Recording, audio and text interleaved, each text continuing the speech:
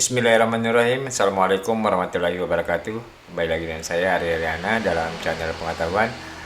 Kembali pada tutorial kali ini saya akan membahas tentang akuntansi, khususnya akuntansi pengantar.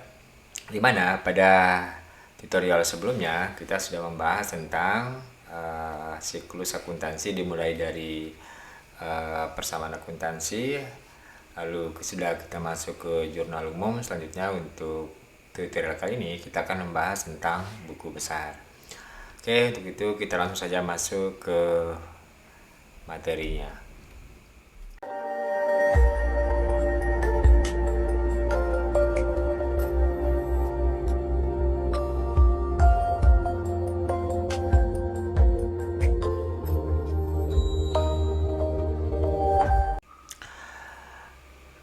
Oke teman-teman, dalam tutorial kali ini kita akan membahas yang pertama, apakah itu buku besar, bagaimana bentuk buku besar, dan yang ketiga, bagaimana cara memposting dari jurnal umum ke buku besar. Buku besar atau ledger merupakan kumpulan akun untuk meringkas transaksi dalam jurnal umum atau dari jurnal umum. Buku besar digunakan untuk mencatat akun harta, hutang, modal, pendapatan, dan beban secara terpisah dan terperinci. Nah, teman-teman, yang perlu kita garis bawahi sini adalah secara terpisah dan terperinci. Artinya akun-akun yang ada di jurnal umum harus dipisahkan dan dimasukkan ke dalam buku besar secara terpisah dan terperinci. Selanjutnya, bagaimana bentuk buku besar?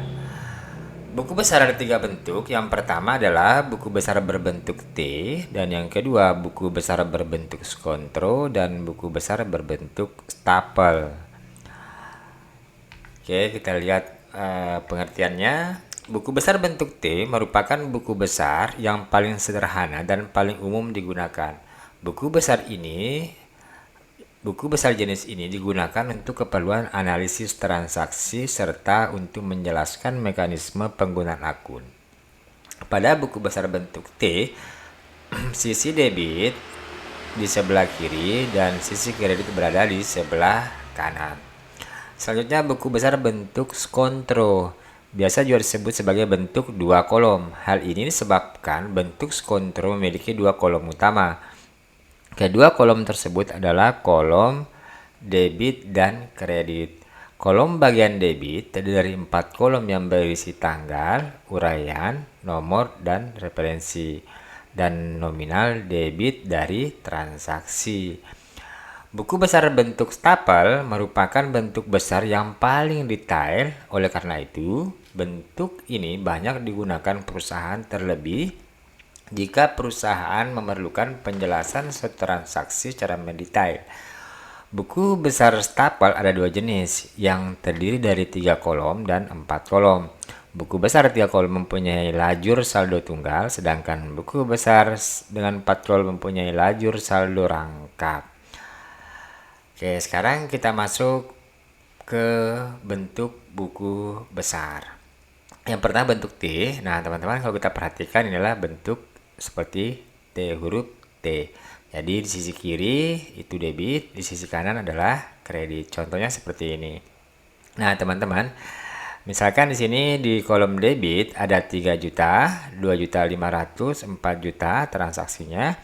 Lalu total debit itu senilai 9.500.000 rupiah. Di kolom kredit ada transaksi 500, 1 juta, 2.500.000, 300, dan 900, totalnya menjadi 5.200.000. Lalu kita perkurangkan debit dikurangi kredit, 9.500.000 dikurangi 5.200.000, hasilnya 4.300.000, sehingga ditulis ini saldonya berada pada posisi debit 4.300.000. Lalu buku besar berbentuk skontro. Buku besar bentuk skontro contohnya seperti ini, ada nomor bukti, tanggal transaksi, ada keterangan, ada jumlah debit, jumlah kredit, dan saldo. Selanjutnya kita masuk buku besar bentuk stapel. Bentuk stapel yang 3 kolom. Buku besar stapel 3 kolom Yang pertama ada tanggal, yang kedua ada keterangan, ada referensi, debit dan kredit. Lalu di kolom berikutnya ada saldo, saldo terdiri dari debit dan saldo kredit.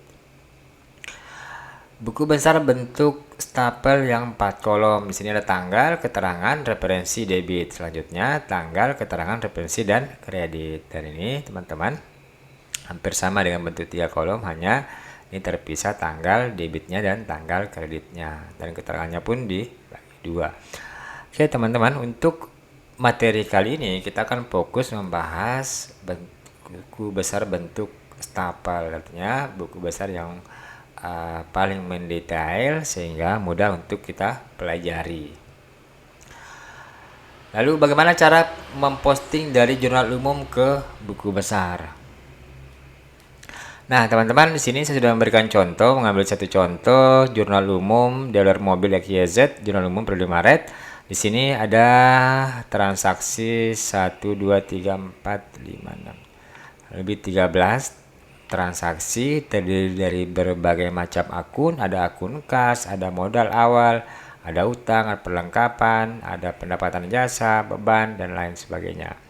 Oke teman-teman, sekarang bagaimana cara memposting ini agar bisa terpisah dan terperinci? Kita masukkan ke dalam buku besar atau kita posting ke buku besar. Sekali lagi teman-teman, pada dasarnya akuntansi, ketika buku jurnal umumnya sudah benar, maka secara otomatis jika kita melakukan ke siklus akuntansi berikutnya, maka secara otomatis ketika kita lakukan dengan benar, maka hasilnya pun akan benar. Namun ketika jurnal umumnya sudah salah, maka siklus akuntansi berikutnya pasti juga akan salah. Oke teman-teman, sekarang kita coba posting ke buku besar. Nah, kita menggunakan buku besar bentuk stapel 3 kolom. Yang pertama, nah teman-teman, untuk membuat buku besar, yang pertama kita buat adalah akun Aktiva. Yang pertama akun Aktiva lancar, lalu Aktiva tetap. Selanjutnya kita masuk ke akun Pasipa, yaitu modal, lalu hutang, lalu pendapatan, dan selanjutnya beban.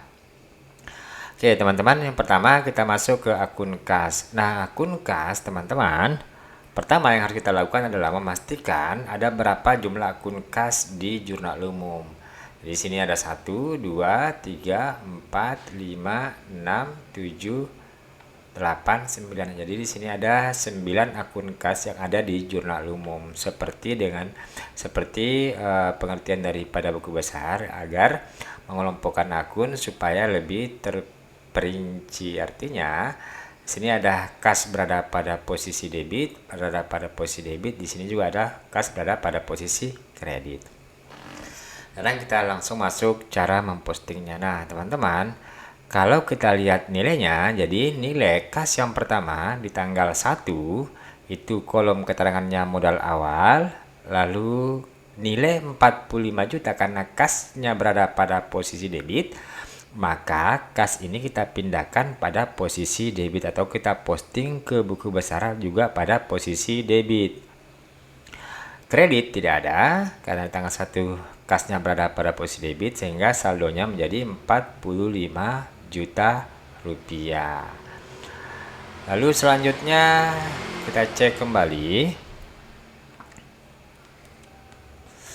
transaksi kas yang kedua berada pada tanggal 4 Maret, yaitu pinjaman bank. Jadi kita tulis ini tanggal 4 Maret, pinjaman bank senilai 25 juta berada pada posisi debit. Karena kas berada pada posisi debit, langsung kita pindahkan juga pada posisi debit, sehingga 45 saldo di tanggal 1 Maret itu kita tambahkan, karena debit bertemu dengan debit hasilnya bertambah, debit bertemu dengan kredit hasilnya berkurang, debit ketemu kredit hasilnya berkurang. Begitu juga sebaliknya, kalau kredit ketemu kredit hasilnya bertambah, dan kredit ketemu debit hasilnya berkurang. Dan logika ini sering kita gunakan dalam ilmu matematika, di mana plus ketemu dengan plus, maka hasilnya plus, dan plus ketemu minus hasilnya minus, dan minus ketemu minus hasilnya minus, dan minus ketemu minus hasilnya plus. Ulangi, plus ketemu plus hasilnya plus, minus ketemu minus hasilnya plus, minus ketemu plus hasilnya minus, dan plus ketemu minus hasilnya juga minus. Jadi sama dengan akuntansi. Jadi 45 juta ditambah dengan 25 juta, saldonya menjadi 70 juta rupiah. Selanjutnya kita cek kembali transaksi kas yang ketiga. Transaksi kas yang ketiga ada tanggal 6, itu kasnya berada pada posisi kredit, sehingga posisi kredit ini kita langsung pindahkan juga pada posisi kredit. Sehingga saldo yang tanggal 4 sampai tanggal 4 70 juta dikurangi dengan 7 juta, saldonya menjadi 63 juta rupiah. Jadi teman-teman, sekali lagi, dari jurnal umum kita hanya langsung memposting ke buku besar, dan yang perlu kita tambah dan kurangkan hanya yang berada pada posisi saldo.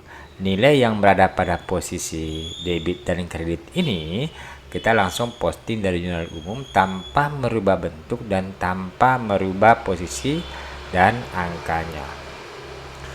Selanjutnya kita masuk ke transaksi yang selanjutnya. Jadi kita cross check transaksi yang keempat, ada kas berada pada posisi kredit senilai 5 juta rupiah, sehingga saldo 63 juta rupiah dikurangi 5 juta menjadi 58 juta rupiah. Jadi teman-teman, pastikan posisi dari jurnal umum tidak berubah ketika diposting ke dalam buku besar. Jika pada posisi jurnal umum berada pada posisi debit, maka pastikan juga di buku besar berada pada posisi debit. Selanjutnya kita masuk ke transaksi selanjutnya. Transaksi selanjutnya ada pada posisi tanggal 15. Tanggal 12 tidak ada posisi kas, maka kita lewati. Tanggal 15 ada kas pada pendapatan jasa. Ini adalah pendapatan yang diterima secara tunai karena kasnya bertambah. Jadi langsung kita pindahkan pada posisi debit atau kita posting pada posisi debit, sehingga 58 juta saldo yang pertanggal 9 58 juta ditambah karena debit 15 juta menjadi saldonya menjadi 73 juta rupiah. Selanjutnya kita masuk ke transaksi selanjutnya. Transaksi selanjutnya ada pada posisi tanggal 17 Maret, yaitu kas berada pada posisi kredit, sehingga kas yang berada pada posisi kredit ini kita langsung pindahkan juga ke buku besar kas 9.700.000, sehingga saldo tanggal 15 sebesar 73 juta rupiah dikurangi dengan 9.700.000 menjadi 63.300.000 rupiah. Selanjutnya kita masuk ke transaksi berikutnya. Tanggal 25 ada pembayaran gaji, beban gaji pada kas, artinya kasnya berada pada posisi kredit, sehingga langsung kita posting ke buku besar pada posisi kredit senilai 6.200.000 rupiah, sehingga saldo 63 juta rupiah, 63.300 di tanggal 17 kita kurangi 6.200.000 ini, lalu saldonya menjadi 57.100.000 rupiah. Selanjutnya ada pembayaran listrik dan air di tanggal 29 Maret. Di tanggal 26 Maret tidak ada kas, tanggal 27 Maret tidak ada kas, maka kita langsung masuk ke tanggal 29 Maret, yaitu beban listrik, beban air pada kas. Kasnya senilai 7.720.000 rupiah. Nilai 720.000 rupiah pada posisi kredit ini kita langsung posting ke buku besar kas senilai 720.000 rupiah, sehingga saldo 57.100.000 rupiah dikurangi 720.000 rupiah menjadi 56.380.000 rupiah. Selanjutnya kita masuk kembali ke transaksi berikutnya. Transaksi berikutnya ada di tanggal 31 Maret. Nah, senilai 15 juta rupiah. So, kita pindahkan nilainya senilai 15 juta rupiah. Sehingga saldo per tanggal 29 senilai 56.380.000 rupiah dikurangi dengan 15 juta rupiah menjadi saldonya 41 juta rupiah. Oke, nah teman-teman, kita cross check kembali akun buku besar atau buku besar kas. Yang pertama tanggal 1 Maret, oke, sudah masuk. Lalu selanjutnya tanggal 25 Maret pada posisi debit, lalu tanggal 6 Maret pada posisi kredit, lalu tanggal 9 Maret pada posisi kredit, lalu tanggal 15 Maret berada pada posisi debit, lalu tanggal 17 Maret berada pada posisi kredit, tanggal 25 Maret berada pada posisi kredit, lalu tanggal 29 Maret berada pada posisi kredit, dan tanggal 31 Maret berada pada posisi kredit. Sehingga debit jika dijumlahkan dengan kredit maka saldonya menjadi 4.041.380.000 rupiah. Oke, jadi teman-teman, itu tadi perkiraan atau buku besar kas. Bagaimana cara memposting dari jurnal umum ke buku besar, khususnya buku besar kas. Intinya, jika di jurnal umum berada pada posisi debit, maka posting ke buku besar juga pada posisi debit, dan nilainya itu tidak bertambah atau tidak boleh dikurangi dan tidak boleh ditambah. Artinya nilai yang ada di jurnal umum itu juga nilai yang kita pindahkan atau kita posting ke buku besar.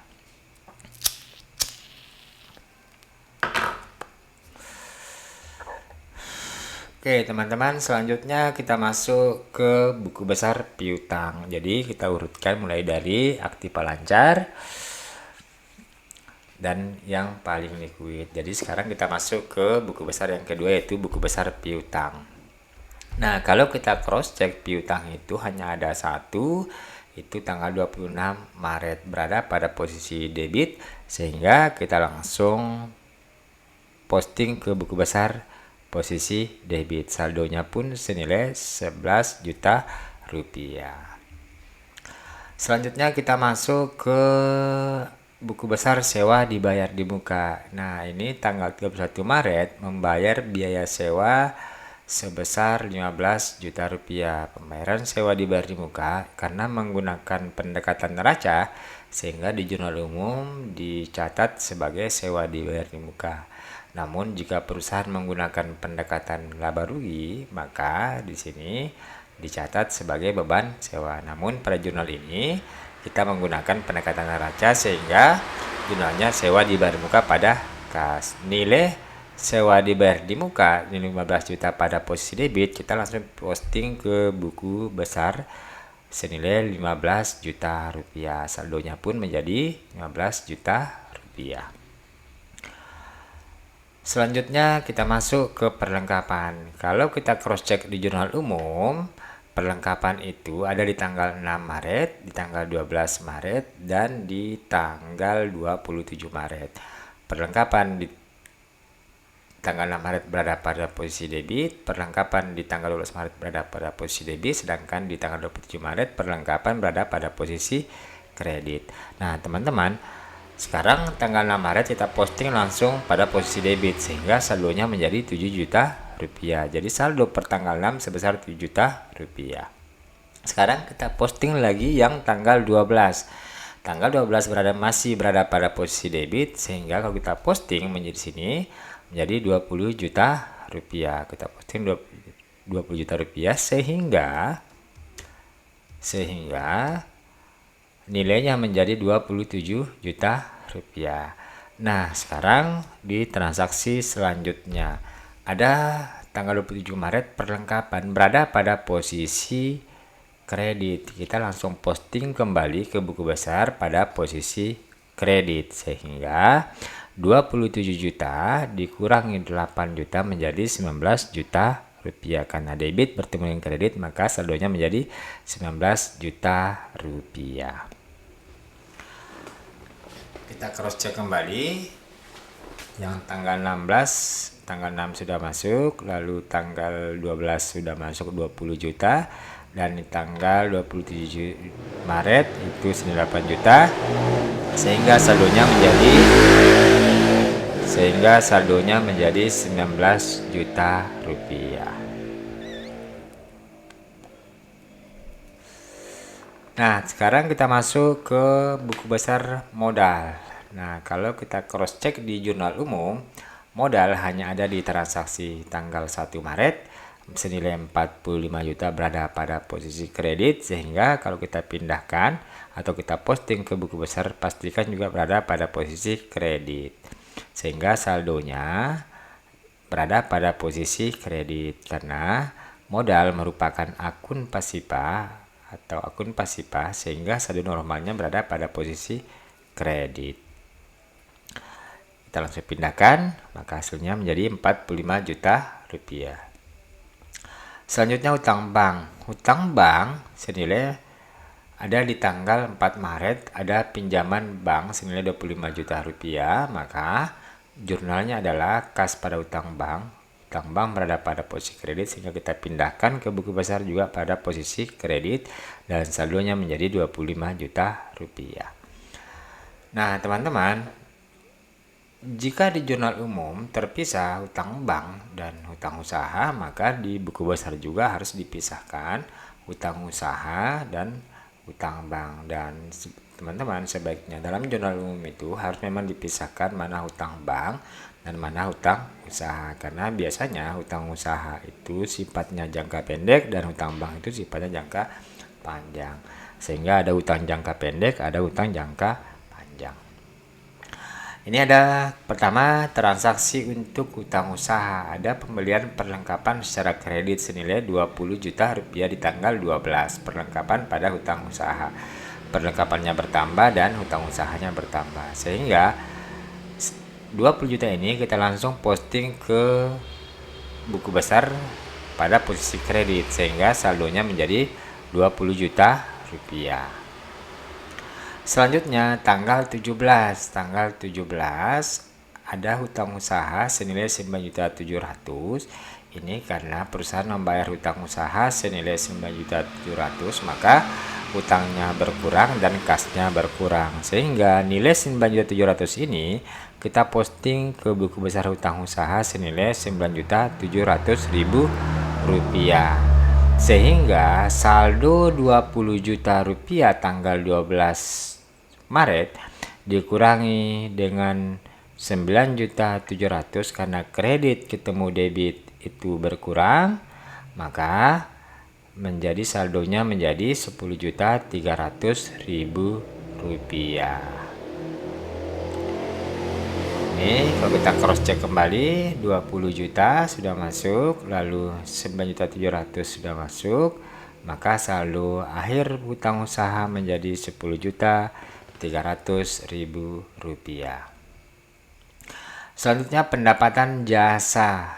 Nah, teman-teman, kalau kita cross check pendapatan jasa di jurnal umum, kita cek ada di tanggal 15 Maret pendapatan tunai, lalu 26 Maret piutang usaha pada pendapatan jasa. Ini artinya pendapatan yang belum diterima secara tunai.